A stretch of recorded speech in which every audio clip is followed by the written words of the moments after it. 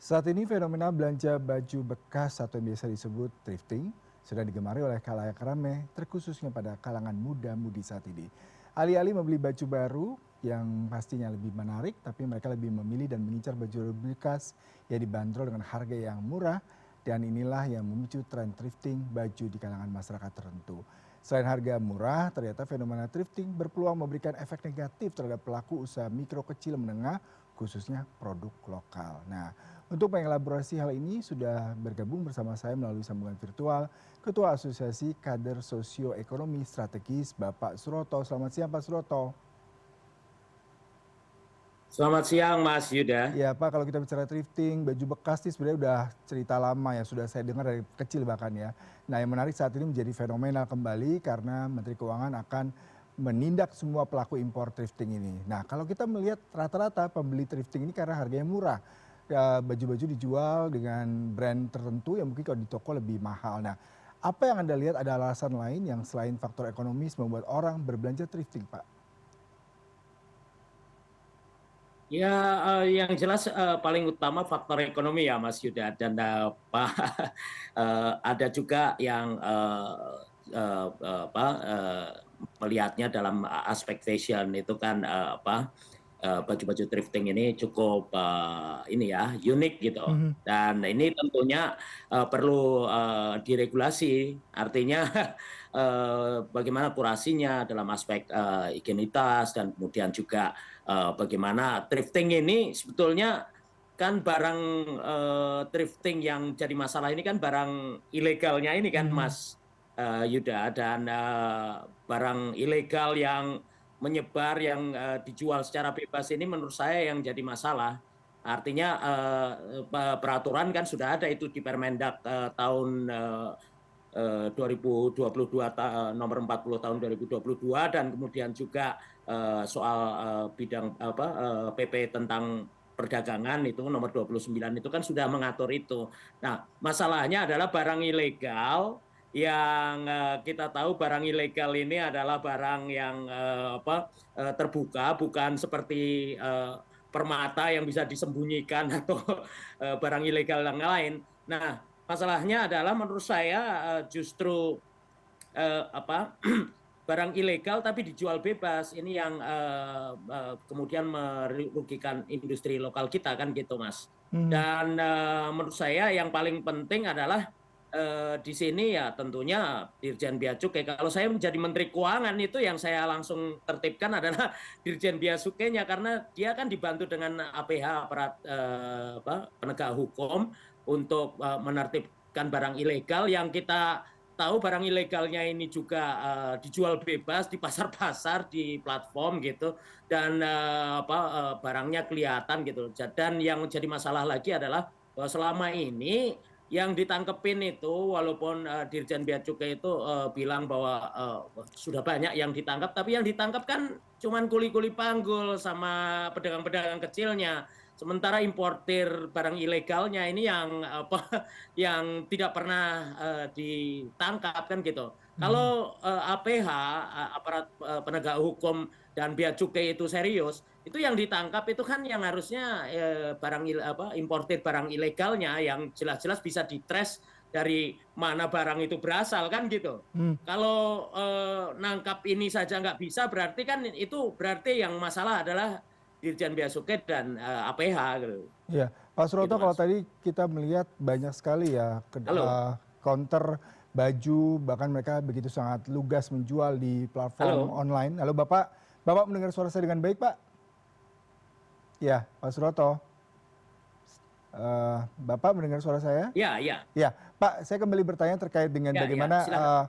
law enforcement ya, Pak. Kalau kita melihat kan tadi Bapak katakan justru importir besar yang harusnya yang ditindak, tapi saat ini sepertinya pedagang-pedagang di pasar, gerai-gerai yang mungkin selama ini menjual barang-barang tersebut di publik itu yang boleh jadi akan terkena imbas dalam waktu dekat. Nah, mengapa justru mereka? Apakah memang tadi Bapak katakan susah sekali untuk mengambil importir besar mengingat mereka sudah gulipat dengan mungkin pejabat terkait ataukah memang ada kebohongan dalam mereka memasukkan dokumen Pak seperti itu. Bagaimana Anda melihat ini Pak?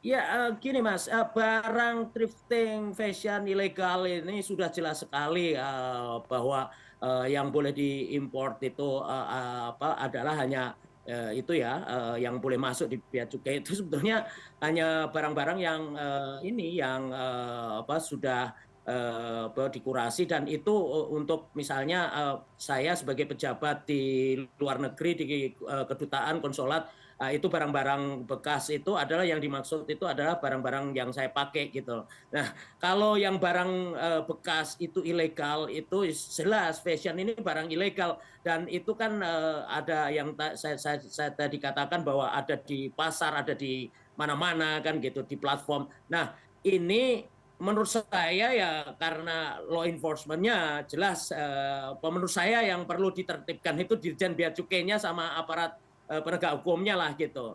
Itu yang perlu ditegaskan pertama. Jadi saya kemarin lihat Pak Purbaya sudah mengendus itu kan, sudah apa datang ke pelabuhan dan juga melihat harusnya bagaimana proses mengendus barang-barang ilegal ini dilakukan kan gitu. Mhm. Dan itu tidak ada alasan Mas. Kalau misalnya oh banyak jalur tikus apa segala macam, barangnya kan dijual bebas.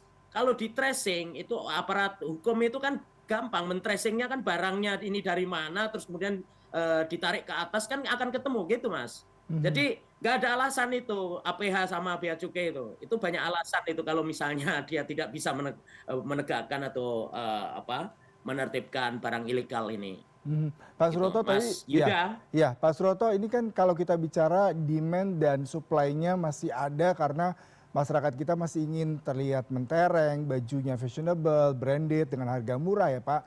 Nah, di satu sisi saya tadi juga membaca bahwasanya produk ini adalah fast fashion di mana dampaknya juga terhadap lingkungan. Nah, perlu berarti ada kementerian lain bergerak juga karena memang ini adalah sebenarnya dikatakan sampah dari negara lain dijual menjadi produk fashion yang digunakan oleh warga Indonesia. Kemudian tadi Bapak juga mengatakan dari sisi kesehatan, apakah perlu dari Kementerian Kesehatan juga memberikan sosialisasi mengingat memang kalau demand-nya masih banyak mereka tidak peduli nih Pak, selama mungkin mereka masih mendapatkan barang tersebut harga murah tapi mungkin bagaimana pemerintah tidak hanya dari sisi ekonomi tapi juga dari sisi kesehatan, dari sisi lingkungan juga bergerak untuk memberikan edukasi kepada masyarakat. Bagaimana Anda melihat ini? Jadi begini Mas, pertama yang jelas itu yang harus dilindungi itu adalah, bahwa thrifting import barang ilegal, itu satu ya, catatannya ada di situ. Yang kedua adalah bahwa, apa, thrifting itu gaya hidup, tapi Mhm. thrifting lokal itu yang diperbolehkan. Ini kan untuk juga, masuk ke ekonomi sirkular ya. Dan kemudian, tentunya ini juga menjadi, satu, yang baik kalau itu adalah thrifting lokal. Masalahnya ini kan thrifting barang import yang ilegal, yang itu dalam jangka pendek jelas merugikan industri lokal kita, dalam jangka panjang itu akan menghilangkan kemampuan kedaulatan ekonomi kita kan gitu. Nah, ini artinya bahwa kementerian-kementerian lain ini seperti Kementerian Industri, Kementerian Kesehatan juga harus terlibat di dalam hal ini. Tapi yang paling penting adalah pertama ditertibkan dulu ini si siapa Dirjen Bea Cukainya ini kan gitu. Kalau saya Menteri Keuangan udah langsung saya pecat dari dulu-dulu itu Mas. Itu kan ini pembahasan ini kan sudah cukup lama dari sejak dulu saya pernah ngomong juga soal ini Mhm. dan tidak ada tindak lanjutnya kan gitu. Dan barang itu masih tetap terus beredar di lapangan. Nanti teman-teman yang pengusaha-pengusaha lokal yang kecil-kecil ini mereka akan terbantu dengan adanya apa dengan adanya hidupnya kembali dari industri lokal. Tapi ada problem juga Mas Yuda bahwa industri